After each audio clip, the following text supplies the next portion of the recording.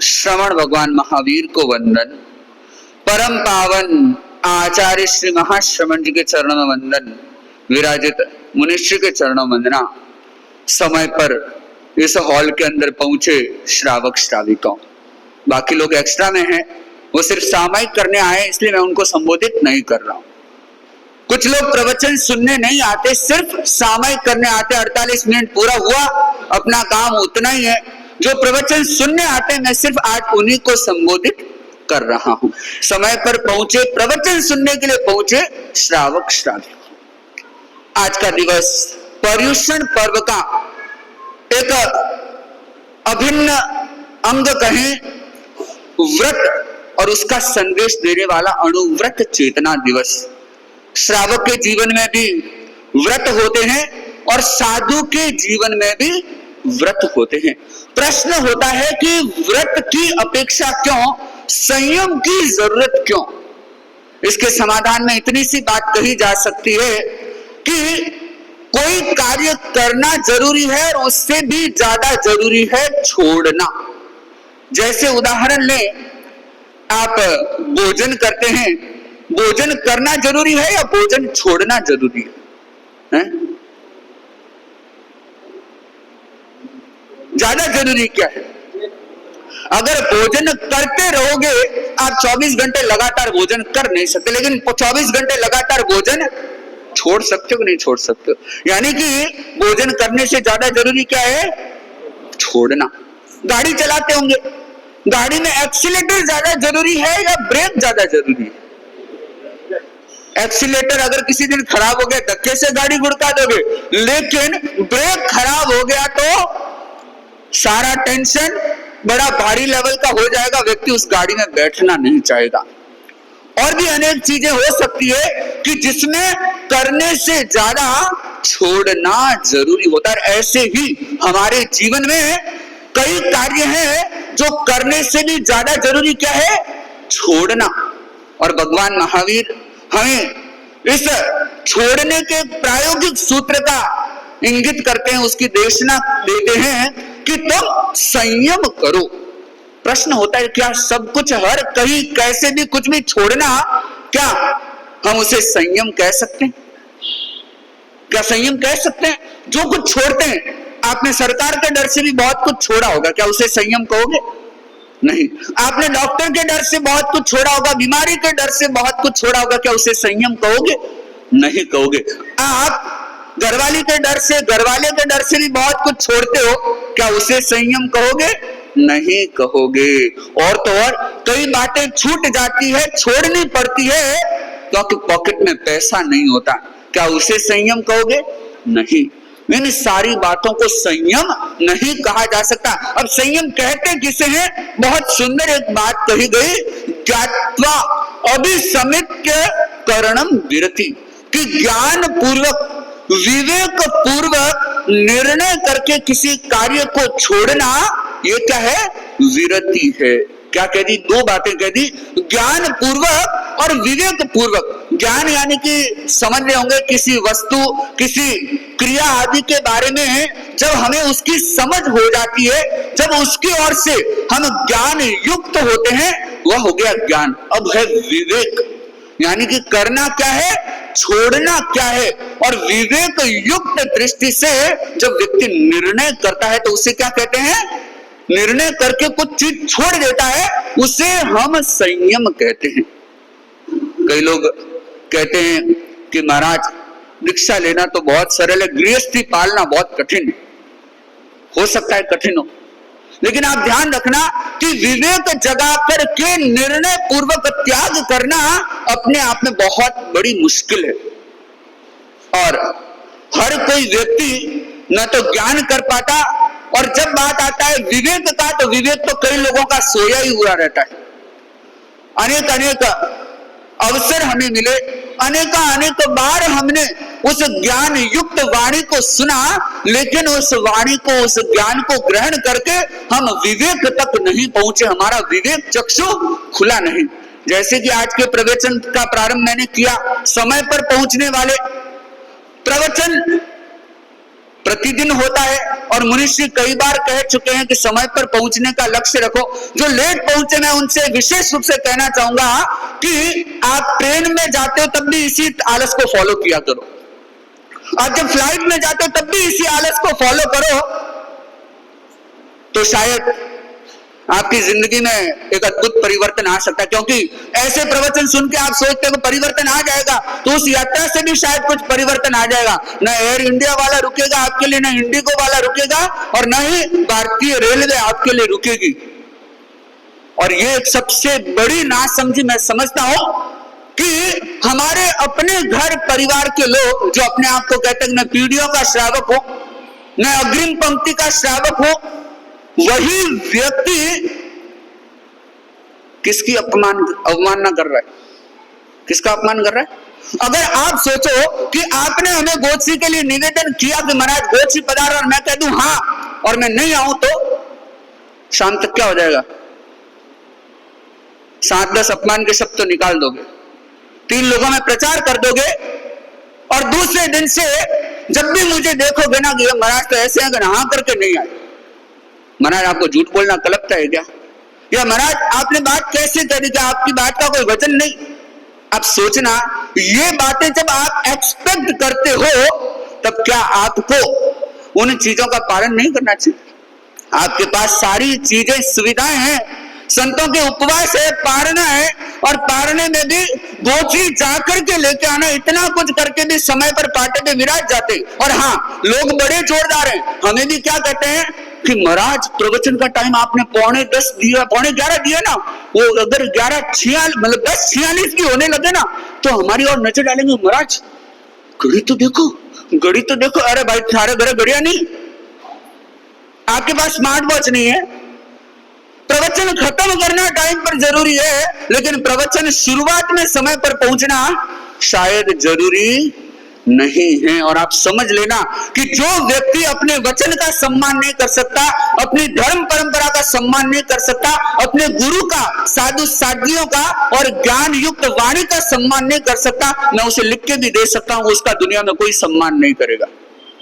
मान के चलना, सम्मान उसी का होता है जो सम्मान करना जानता। और अगर आप सम्मान नहीं करना जानते, तो आज से सम्मान पाने के स्वप्न भी देखना छोड़ देना। तो ये विवेक होता है। क्या होता है? विवेक की जाना, समझा। हाँ, एक्सपेक्टेशन बड़े होते हैं कि प्रवचन ऐसा होना चाहिए कि सीधा गले उतर जाए, सटीक बात होनी चाहिए, एकदम रिलेटेबल होनी चाहिए, कंटेंट अच्छा होना चाहिए, कोरिलेशन भी अच्छा होना चाहिए, एग्जाम्पल अच्छे होने चाहिए, सारी एक्सपेक्टेशन होती है। लेकिन एक एक्सपेक्टेशन भूल जाते कि हमें समय पर पहुंचना चाहिए। तो बात है विवेक की। क्या करे? ज्ञान युक्त होकर के विवेक पूर्ण निर्णय करे, उसे क्या कहते हैं? विरक्ति कहते हैं। और हमारे सामने ऐसे अनेक प्रसंग आते हैं कि जब हम ज्ञान भी कर पाते हैं, और अगर निर्णय पर पहुंच करके अगर कुछ छोड़ दे, तो वह हमारे लिए विरक्ति होगी। और इस विरक्ति के लिए आप अपने डेली रूटीन से भी बहुत कुछ सीख सकते हैं। एक बार एक व्यक्ति आया मेरे पास और बोला कि महाराज क्या आप मुंबई गए हैं? मैंने कहा हाँ, मुंबई तो गया हूँ, गृहस्थ अवस्था में भी गया हूँ और साधु बनने के बाद भी गया हूँ। तो वो मुझे बोला कि महाराज कभी आप चौपाटी पर गए? मैंने कहा ये गजब का क्वेश्चन पूछ रहा है। मैंने कहा क्यों, क्या हुआ, वहां कुछ स्पेशल है क्या? कि महाराज आपको कभी मौका मिले तो चौपाटी पर जरूर जाना।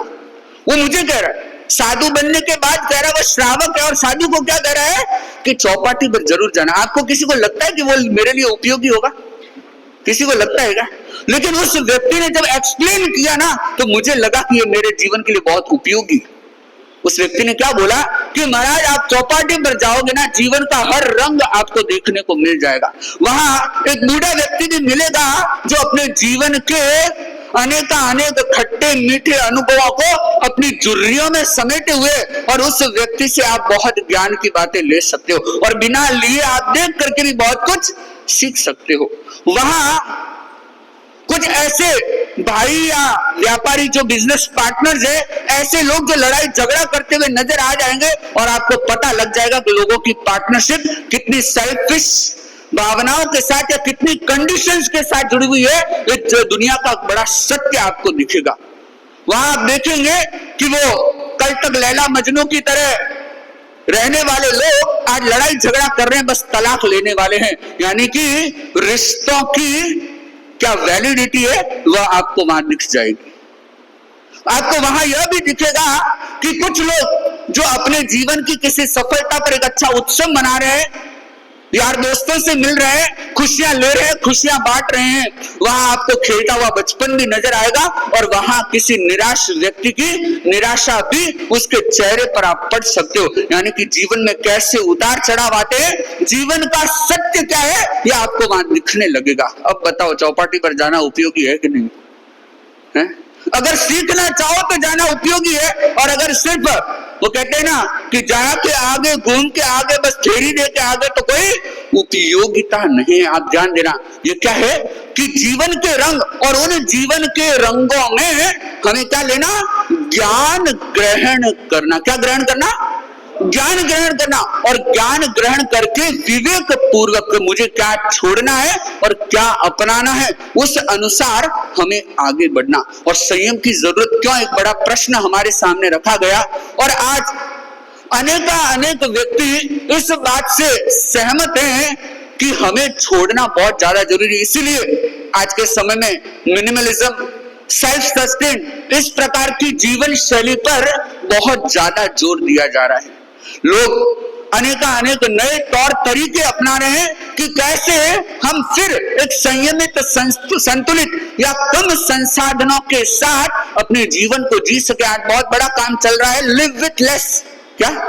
लिव विथ लेस, कि थोड़ी सामग्री के साथ, थोड़े संसाधनों के साथ आप अच्छा जीवन कैसे जी सकते हैं। अगर संयम की जरूरत ना होती तो वापस ये लोग इस ढंग का कार्य क्यों करते?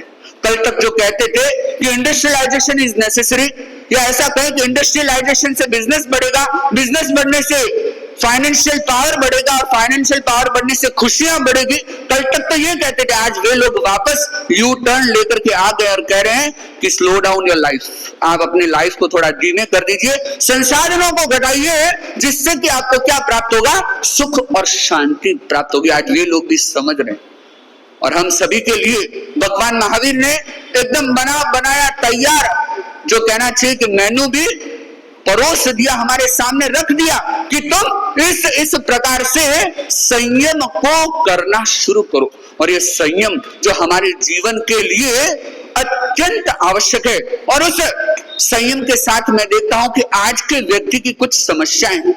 समस्या क्या है कि आज का व्यक्ति बड़ा तार्किक हो गया है, और भगवान महावीर अपने विद्यमानता में कह चुके कि मेरे शिष्य जो होंगे वक्र होंगे और जड़ होंगे। क्या होंगे?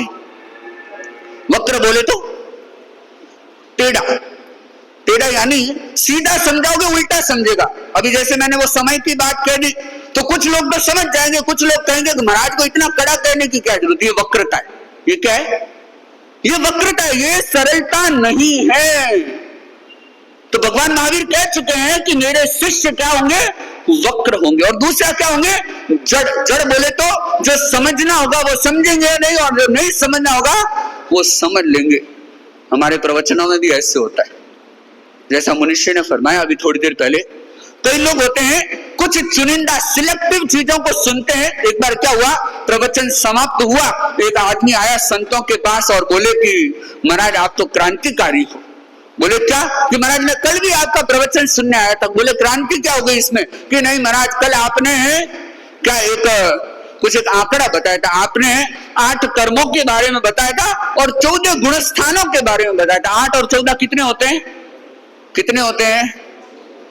8 और 14 22। बोले मैंने 22 के आंकड़े पर सट्टा लगाया, मैं जीत गया। मैंने कहा वाह संत, क्या चमत्कारी, क्या वचन सिद्धि है इनके पास। 22 का अंक मेरे लिए तो क्या बन गया, वरदान बन गया। ऐसे वरदान वाले हमारे क्या काम आएंगे? ये जड़ लोग हैं, जो चीज समझानी चाहिए नहीं समझी, लेकिन समझी क्या, जो नहीं समझा रहे थे। अब ये नया कंटेंट उसने क्या कर लिया, क्रिएट कर लिया। जैसे आजकल आपके पास ये एआई हो गए ना, वो अपने आप कंटेंट क्रिएट करता है। तो कई हमारे लोग तो बहुत पुराने जमाने के एआई है, यानी कि बताया नहीं तो भी ग्रहण कर लिया, और बताया उसको ग्रहण ही नहीं किया। तो ऐसे भी लोग हैं। और तीसरे लोग हैं जो तर्क देने में बड़े उस्ताद है। क्या है? तर्क देने में बड़े उस्ताद है। कई लोग तो कहते हैं महाराज हम तो बड़े सिंपल हैं, हम तो बड़े शांत हैं, हम तो बड़े सरल हैं, हमारे लिए संयम की क्या जरूरत। एक बार क्या हुआ, देखना लोगों की आज की मानसिकता कैसी। एक बार एक व्यक्ति जिसको शराब की आदत थी, किसकी आदत थी, शराब पीने की आदत थी, तो एक दिन चला गया और मदिरालय में जाकर के ऑर्डर किया कि 3 बियर्स प्लीज, और 3 बियर्स मंगाए, पी गया, कोई बात नहीं, चला गया। एक दिन 2 दिन हर रोज उसका वही क्रम चल रहा था। वो वेटर भी चकरा गया कि भाई साहब 3 एक साथ ऑर्डर करते, ये क्या गणित है। तो एक दिन उसने हिम्मत जुटा के पूछ लिया कि sir why you order only 3, हर समय आप 3 के लिए क्यों ऑर्डर करते हैं। वो बोला कि ऐसा है कि हम 3 भाई हैं, 2 भाई इस गांव में नहीं रहते और मैं थोड़ी कंपनी साथ में रखता हूं, उनका भी मैं क्या कर लेता हूं, ले लेता हूं। अरे अभी सोचो, अभी तो कुछ नहीं हुआ है, इसने का बारी आने वाली बारी। तो क्या हुआ कि ये क्रम चलता रहा, महीने 2 महीने 3 महीने। वो वेटर भी पक्का हुआ, आदमी भी पक्का। वेटर भी क्या करता है, जैसे ही घुसता है तो 3 तैयार कर लेता है। एक दिन वो आदमी बोला कि ओनली 2 प्लीज। वो लेके तो आ गया, बोला कि सर बुरा न मानो तो एक बात पूछो। तो बोले क्या भाई, बोल। कि सर कोई अनहोनी हो गई क्या, क्या कोई अनहोनी हो गई क्या। क्यों, उसने क्या तर्क दिया था, 3 भाई तो क्या एक चला गया क्या। वो बोले no no no no problem. बोले तो क्या, कि एक्चुअली में क्या है, मैंने शराब पीना छोड़ दिया, अब मैं सिर्फ 2 भाइयों की पीता हूं। क्या है, तर्क दे रहा है। और आज कई लोग ऐसे तार्किक है कि हम तो बड़े संयमित है, बस दुनिया के कारण हम कर रहे हैं। अरे भाई इतना विरक्त आदमी है तू तो तेरे तो बंधन होता ही नहीं, तू दुनिया के कहे कर रहा है। बोले महाराज मेरी तो इच्छा ही नहीं होती, बच्चों को राजी रखने के लिए करता हूं। ये लोग ऐसे ही हैं कि मैं शराब छोड़ चुका हूं, बस बच्चों का मैं ले लेता हूं। कि महाराज मेरे तो कोई करने की भावना नहीं होती, ये आस पड़ोसी यार दोस्त हैं, इनको खुश रखने के लिए ये सब क्या, ये तर्क है, ये नाटक है।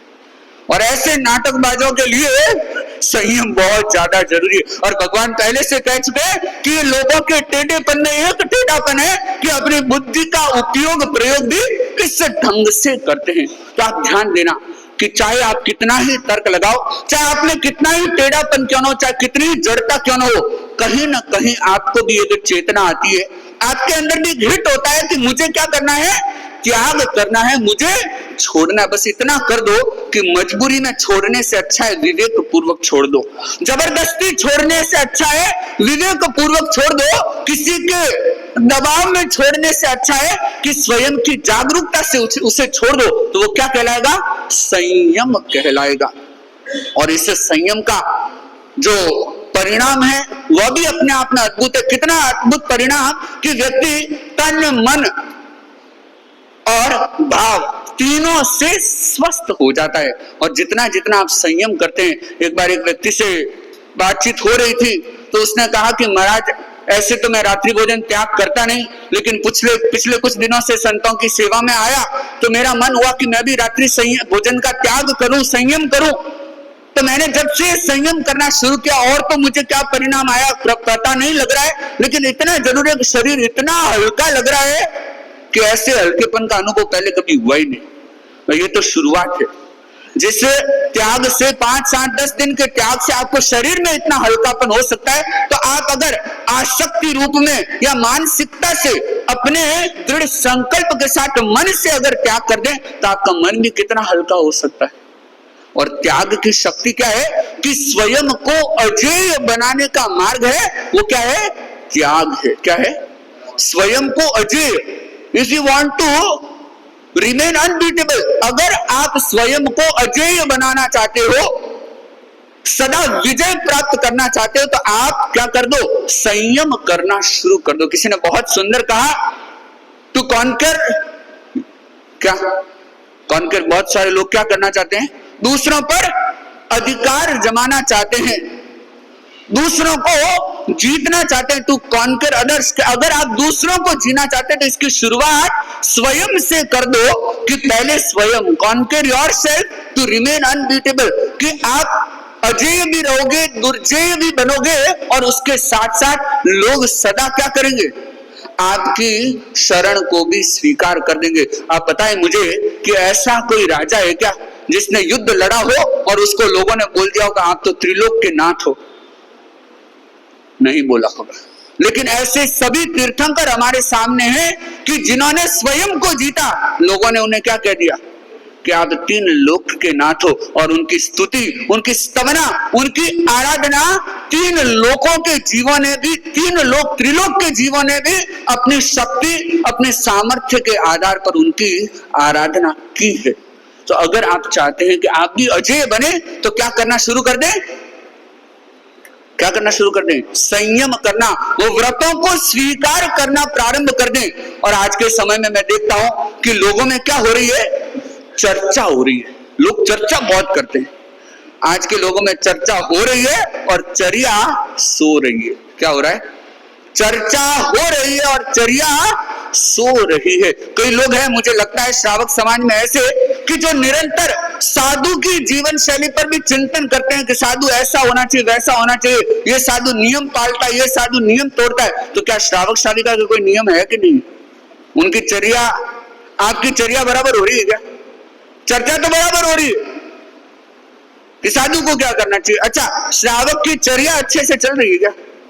जैसे आप हमको पूछते हो ना कि मते नंदावे आपके ज्ञान, दर्शन, चारित्र, तप, त्याग, संयम की सुख आता है, तो हम भी आपको पूछ लेते हैं भाई, आपके व्रत, नियम, चर्या, ज्ञान, ध्यान, स्वाध्याय, तप सब बराबर चल रहा है? क्या हो रहा है? सिर्फ चर्चा हो रही है। तो चर्चा करना बंद कर दो। और कुछ लोग तो और बड़ी ज्यादा अपनी वो स्मार्टनेस लगा देते हैं, बोले कि महाराज मेरे तो घर में सब करते हैं, मैं उनको सपोर्ट करता हूं। क्या बोलते हैं? पापा लेट आते दुकान में, मना नहीं करता, भैया जल्दी चले जाते मैं भेज देता हूं, घरवाली खाना ठंडा खिलाती है मैं मान जाता हूं, इसलिए क्या मैं उसी को धर्म मान लेता हूं। आप ध्यान रखना कि भगवान महावीर का जिन वाणी का यह विधान, अपने से अपना कल्याण। एक बार क्या हुआ, एक आदमी ने कुछ आयोजन रखा और उसका जमाई भी आया, तो उस नेक चार में क्या होता है कि जमाई को भी कुछ दक्षिणा देनी होती। तो उस अनुष्ठान को करवाने के लिए एक पंडित आया था, तो पंडित जी ने कहा कि जमाई को दक्षिणा देनी होती, तुम दक्षिणा दो। तो बोले कि है दक्षिणा? बोले दक्षिणा क्यों दूं? कि दक्षिणा दोगे ना, मैं ब्राह्मण हूं, ब्राह्मण को दक्षिणा दोगे तो तुम्हें स्वर्ग का राज मिलेगा। क्या बोला? क्या मिलेगा? स्वर्ग का राज मिलेगा। तो वो जमाई भी बड़ा होशियार था, उसने बोला कि मैं आपको भारत का राज दक्षिणा में देता हूं। बोले कि भारत क्या तेरे बाप का है? तो क्या कहा, स्वर्ग क्या आपके बाप का है जो आप मुझे दे दोगे? तो न तो ऐसे कहने से स्वर्ग का राज मिलने वाला है और न भारत का राज मिलने वाला है। क्यों? वो किसी के बाप की बपोती नहीं है, वो मिलेगा आत्मा का राज। या ऐसा कहें कि राज का राज मिले तो वो कैसे मिले? स्वयं की साधना से मिल सकता है। और उसका एक सामान्य सहज सरल सूत्र है कि आप क्या करें? चर्चा करना छोड़ दें, चर्या करना शुरू कर दें। क्या कर लें? मैंने चतुर्मास के प्रारंभ में कुछ इस विषय पर प्रवचन भी दिए थे कि श्रावक की चर्या कैसी होनी चाहिए, क्या क्या बातों के लिए श्रावक को जागरूकता रखनी चाहिए। और समय समय पर आपने उन बातों को सुना भी होगा, लेट पहुंचे तो अधूरा सुना होगा, टाइम पर पहुंचे तो पूरा सुना होगा, तो आप उस बात पर थोड़ा ध्यान दे सकते हैं। और दूसरा है कि परिग्रह छोड़े और उसके साथ साथ पकड़ भी छोड़े। कई लोग क्या करते हैं, परिग्रह तो छोड़ देते हैं लेकिन पकड़ नहीं छोड़ते। हम सभा संस्थाओं में भी देखते हैं, लोग क्या करते हैं, डोनेशन तो दे देते हैं, फिर बाद में आकर पूछते हैं कि एक एक पैसे का हिसाब दो। अरे एक एक पैसे का हिसाब तो आप अपने बेटे को भी नहीं पूछते। आपके बेटा घूमने जाता है ना, पापा मैं आउटिंग के लिए जा रहा हूं, 10,000 रुपए दो। बेटा अगर घर पे आए, आप पैसे पैसे का हिसाब पूछते हो क्या? पूछते हो क्या? नहीं पूछते। क्यों नहीं पूछते? कि बेटा मैं कहता हूं कि समाज में भी प्रामाणिकता होनी चाहिए। और आज हम देखें, चाहे सभा संस्थाएं हो, कई सभा संस्थाओं का जो क्रम बहुत व्यवस्थित ढंग से चलता है और जो केंद्रीय निर्देश के अनुसार सभा संस्थाएं चलती है, चाहे सभा हो, युवक परिषद हो, महिला मंडल हो, जिनका आय व्यय का विवरण, आना, डोनेशन लेना या एक्सपेंसेस, कई चीजों के बारे में वो एकदम ट्रांसपेरेंसी के साथ काम करते हैं। लेकिन फिर भी लोग क्या कहते हैं, हमको हिसाब दो। ये जो हिसाब मांगते हैं ना, मान के चलना उनकी अभी तक क्या है, पकड़ छूटी नहीं है। और कई लोग हैं अपने बेटे को भी दे देते हैं ना, तो हर रोज दुकान जाकर के वो वही खाता ऊपर नीचे करते हैं। यानी कि अभी तक क्या है, आपके अंदर पकड़ बनी हुई है। तो परिग्रह छूटे, उसके साथ साथ क्या छोड़ना जरूरी है? पकड़ भी छोड़ना जरूरी है। और तीसरा है कि आप अपनी इंद्रियों का संयम करना शुरू कर दे। क्या करना शुरू कर दे? इंद्रियों का संयम करना।